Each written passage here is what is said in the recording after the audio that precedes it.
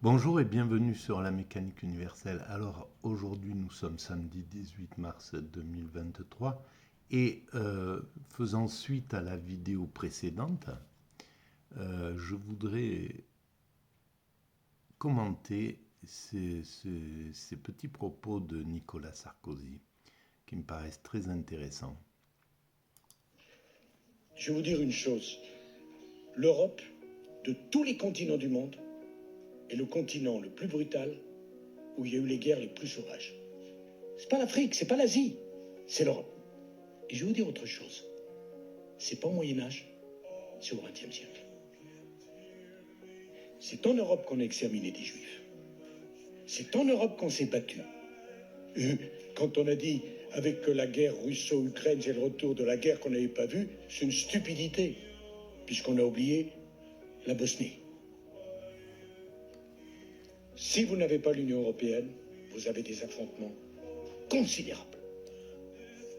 Et vous savez, dans la politique, il faut avoir des engagements, vous avez du tempérament, il faut connaître l'histoire. Alors, évidemment, ça me paraît juste sur de nombreux points. Le premier, c'est notre brutalité. Alors, c'est clair que l'Occident, et c'est pourquoi j'appuie, mais la plus grande partie de mes critiques vont à l'Occident, justement. Parce qu'évidemment, il y a cette violence qui est inhérente à ce continent, mais qui a sans doute des explications. Et elle est là, cette violence, depuis que l'Occident s'est organisé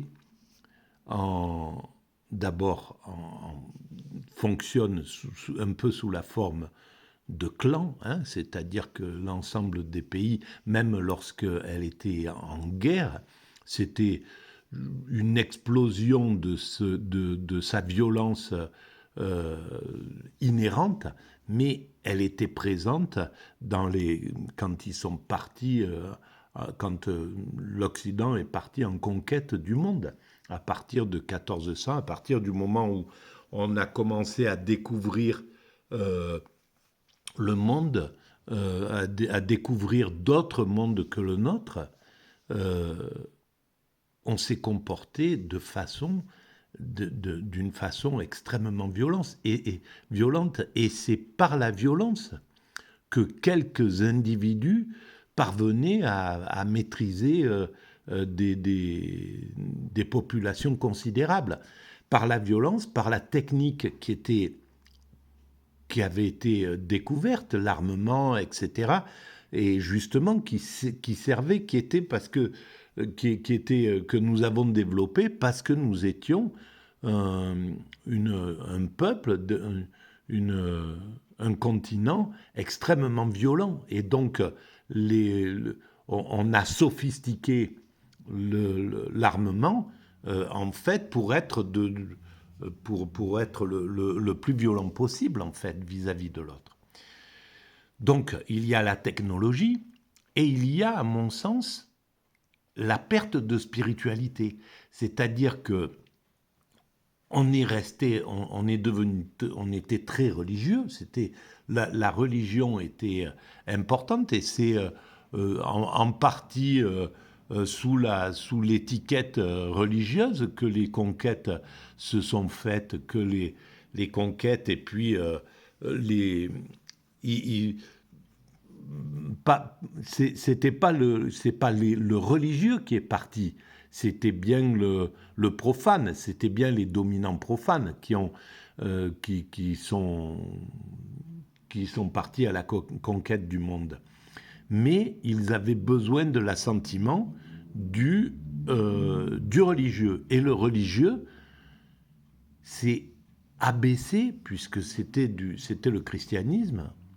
Et donc, la logique aurait voulu que le christianisme obéisse aux valeurs du Christ et qui jamais n'aurait autorisé l'esclavage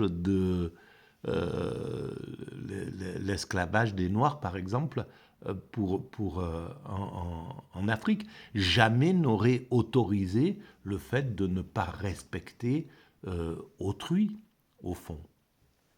Et donc, c'était un système qui s'était perverti simplement en prenant du pouvoir, en prenant du galon, en sortant des valeurs profondes, la religion, en prenant du pouvoir en Occident, a pris aussi tous les problèmes du pouvoir, tous les défauts d'un système de pouvoir oppressif, insensible à la souffrance d'autrui, dominateur, etc., etc. Et c'est grâce à ces pulsions que l'Occident est parti, et un petit nombre, hein, qu'ils ont réussi à imposer leur diktat sur un continent, l'Afrique, sur un autre continent, l'Amérique, etc. Voilà. Et donc, ce mécanisme, et on le voit, cette violence, elle est vraiment présente. Et en fait, elle est aussi liée, à mon sens, au manque de spiritualité. Donc il y avait cette spiritualité qui était la religion, qui était juste un instrument de combat, en fait. Hein. Le fait d'être sous la bannière chrétienne a fait qu'il y avait une sorte de solidarité entre des populations qui se faisaient la guerre constamment, qui étaient en conflit en Europe. C'était une guerre permanente en réalité. Et donc, en se réunissant derrière une bannière, le christianisme, c'était une manière d'essayer de fédérer des peuples qui se faisaient la guerre en permanence. Et donc, on ne peut pas parler, on peut pas... Et en plus, c'est ce qui a stimulé l'orgueil de l'Occident, c'est ce qui a stimulé son narcissisme, en fait, le narcissisme des dominants occidentaux. Et ça a stimulé le narcissisme et la façon de pouvoir s'organiser en clan, en meute, parce que l'Europe, le monde occidental, quand on remet en cause son pouvoir, là, il parvient à se fédérer, même si toutes les tensions sont là, mais il se fédère comme un gang, quoi. Il fonctionne comme un système de gang, et pour se défendre de ceux qui remettent en cause son désir de domination. Et ce désir de domination, eh ben, il est là encore, et on voit bien que il devient anachronique avec l'évolution de l'humanité. Nous sommes à un moment de l'humanité où ça ne peut plus fonctionner. Alors, ça marche encore parce que on arrive à diffuser des valeurs, à essayer de diffuser ces valeurs dans le monde, mais de plus en plus, une plus grande partie du monde ne croit pas, ne se laisse plus avoir par le système manipulateur de l'Occident, parce que la violence qu'il n'utilise plus directement, il la transforme pour manipuler, en manipulation, pour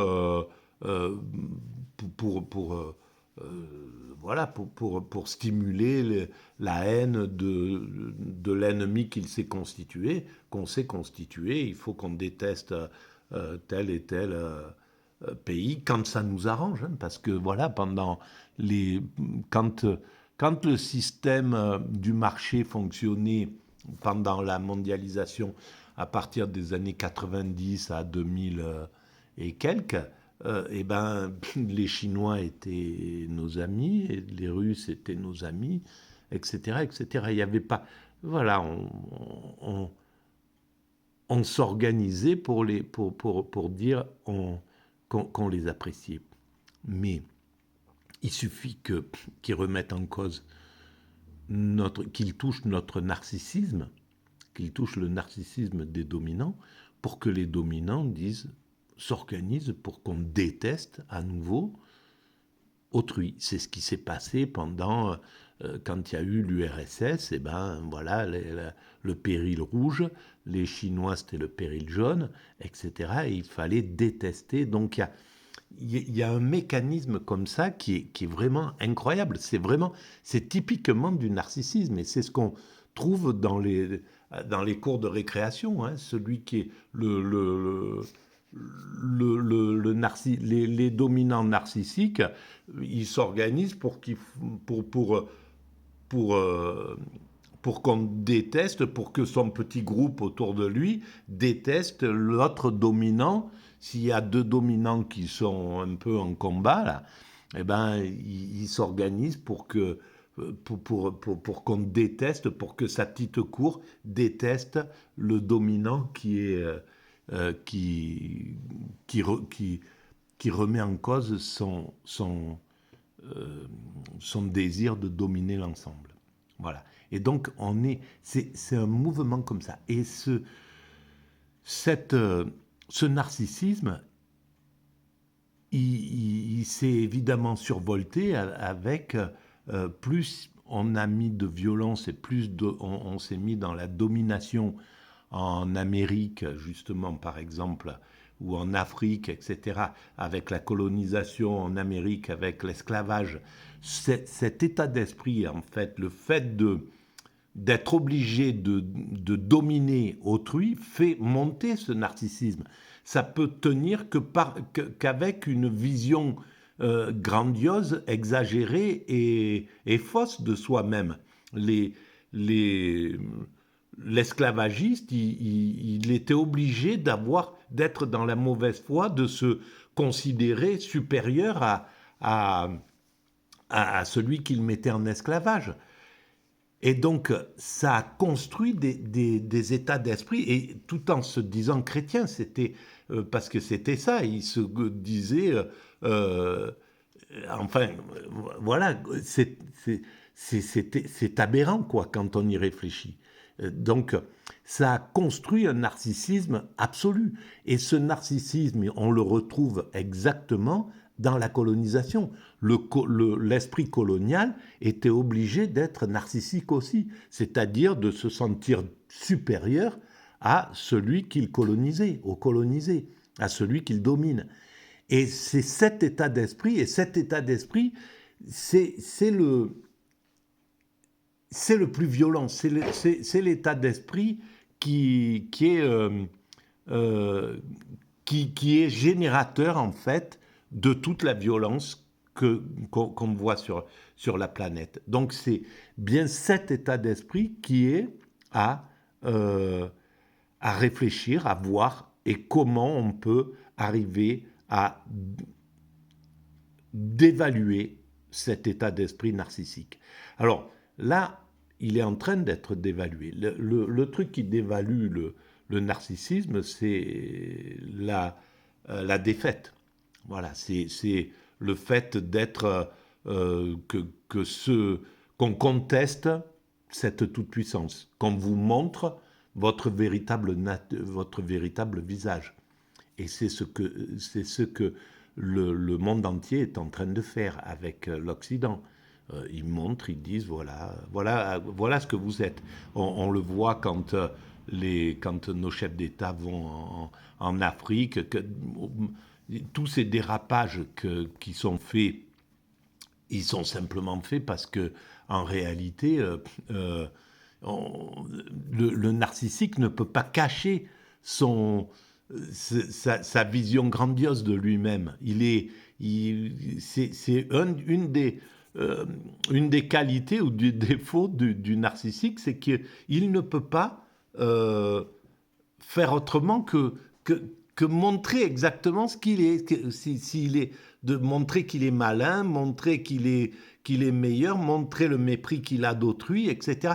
D'une manière, ça sort tout seul, quoi. C'est quelque chose quand on sait écouter, ça transpire en somme. C'est comme ça, même si ça ne vient pas directement, ça transpire. Et là, on retrouve cette vision quand il y a des relations avec l'Afrique.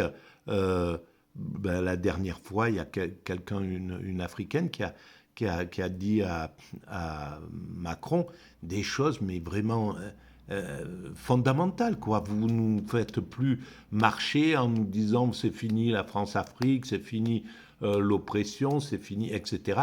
Ou même Nicolas Sarkozy, quand il dit l'Africain n'a pas pris le bon wagon.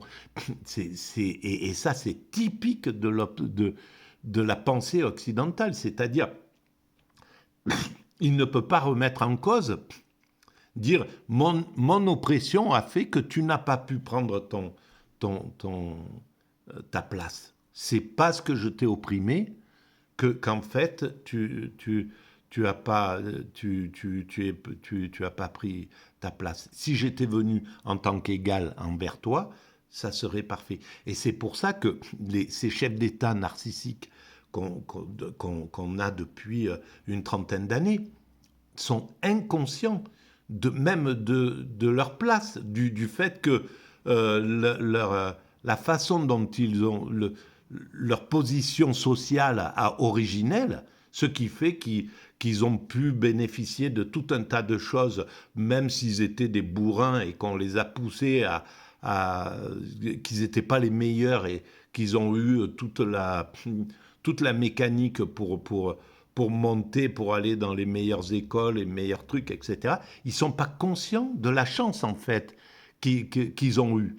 Ils sont pas conscients, donc ils ne sont pas conscients du sens de l'ascenseur social, d'un ascenseur social qui fonctionne. Ils sont dans le déni de cette reconstitution de classe, de l'esprit de classe, une forte bourgeoisie, une forte aristocratie, une nouvelle aristocratie, et puis un peuple qui n'a plus droit à l'ascenseur social. Et donc, il y a le narcissisme empêche en réalité de voir la réalité des choses. Et on le perçoit dans cette vision. Et Nicolas Sarkozy, là, par exemple, en disant que l'Europe, c'est la plus violente, c'était la plus violente. Il y a ce défaut spirituel qui fait qu'on est religieux mais pas spirituel. Alors après, c'est facile de massacrer des peuples qui sont spirituels. Et c'est ce qui s'est passé. En fait, il n'y a pas d'honneur à avoir dominé l'Afrique ou à avoir dominé l'Amérique, les Indiens d'Amérique, ou à avoir dominé les Chinois, ou à avoir dominé... Il n'y a pas de mérite d'être le pire, en somme. Parce que c'est simplement parce que psychologiquement, on est moins... C'est le moins spirituel qui domine, en somme, le spirituel. Évidemment, n'importe qui peut massacrer un moine en état d'extase. Hein. Il n'y a pas de mérite. On peut massacrer les baleines qui sont en état d'extase parce qu'elles ne s'enfuient pas, elles ne se révoltent pas. Donc, c'est le plus violent est toujours domine toujours le plus spirituel. Et donc, l'Afrique était bien plus spirituelle que l'Occident quand l'Occident est allé à la conquête de l'Afrique et a mis donc l'Afrique sous sa coupe en tant que colon et a colonisé l'Afrique. C'est parce qu'on était plus violent et plus criminel et plus impitoyable et moins spirituel qu'on a pu massacrer les Indiens qui étaient beaucoup plus spirituels. Donc, c'est là où il faut remettre en place les vraies valeurs. Et là, actuellement, le monde est en train de prendre conscience de ça. Et donc, cette prise de conscience fait que les dominants occidentaux vont être obligés de dévaluer leur narcissisme. Là, c'est une nécessité. L'humanité ne peut plus évoluer avec ce narcissisme qui était arrivé dans cet état de toute puissance. Alors, la première chute, ça a été la fin du colonialisme. Eh ben, voilà, il a fallu faire une dépression et ces colons sont revenus, etc. Et ils ont dû faire leur dépression pendant des décennies, etc. Et finir par accepter que au début, c'était inacceptable d'être chassé d'un système qui était dominant, qui était oppressif. Et donc, progressivement, il a fallu quelques décennies pour commencer à le comprendre. Et là, on va sortir progressivement de l'état d'esprit colonial. Mais il est encore extrêmement présent dans l'Occident, cet état d'esprit.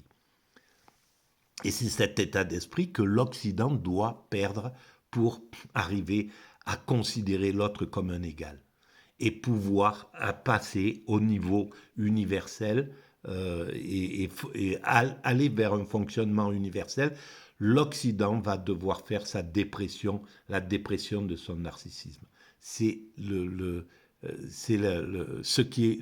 qu'on va devoir constater on va être devant cette chose-là. Et quand on regarde TikTok, quand on regarde tout montre que le monde africain est conscient, que les critiques arrivent de toutes parts maintenant. Ça commence à vraiment passer. Et tout ça aussi grâce justement à des peuples qui sont moins narcissiques. La Chine, et c'est pour ça que c'était évidemment le narcissique, sa victime, c'est le névrosé, c'est celui qui est moins violent, quoi, hein, en fait. Hein. Pourquoi les narcissiques parviennent à faire des victimes? Parce qu'ils sont malins, on ne les voit pas, ils sont rusés par la ruse, ils arrivent à vous squatter, quoi, à vous domestiquer, à faire de vous son ustensile, etc. Et on ne se rend pas compte de ça parce qu'il vient avec des dehors extrêmement séducteurs, et c'est l'Occident, c'est ce que fait l'Occident avec le monde depuis X temps. Mais là, la clarté commence à arriver et l'Occident est obligé va être obligé de passer sur un autre modèle. Et c'est pourquoi j'écrivais il y a quelques années en arrière qu'il est temps maintenant de faire monter les dominants, les moins narcissiques au pouvoir. On a eu pendant 30 ans des dominants narcissiques et ils sont plus cohérents avec le monde tel qu'il est. Et c'est que ça soit ici ou aux États-Unis, c'est la même chose. Et jusqu'à présent, les dominants les moins narcissiques ont été écartés. Il suffit de regarder ceux qui ont été écartés dans la course à la présidence depuis 30 ans, ici ou aux États-Unis, eh ben c'est les moins narcissiques. Et les narcissiques sont montés et ont pris le pouvoir. Et en fait, par leurs excès, ils ont réussi à se faire détester, en somme. Voilà. Bon, je vais arrêter là pour cette vidéo. Alors, Euh, C'est clair que c'est assez critique, c'est même très très critique vis-à-vis de l'Occident. C'est toutes ces vidéos là depuis que je lis René Jean Dupuis parce que ça éclaire aussi cette chose-là. Bon, ça a toujours été le cas. Hein. J'ai toujours toute la mécanique universelle. Elle a deux versions. Elle a deux voies. La voie spirituelle qui s'intéresse à l'extase, à la haute spiritualité, de façon universelle, qui s'intéresse à toutes les spiritualités, qui aime toutes les spiritualités, qui les met en avant, en exergue. Et puis la partie politique, en somme, qui essaie de comprendre l'évolution de l'humanité, qui essaye de...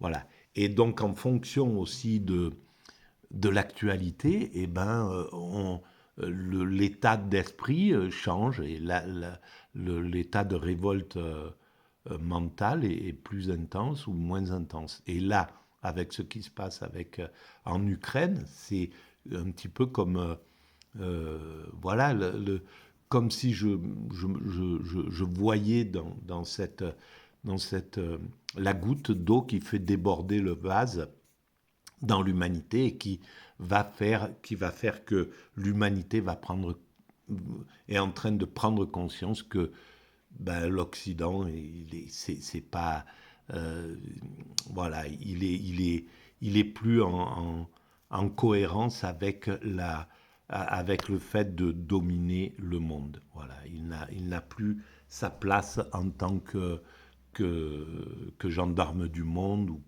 etc.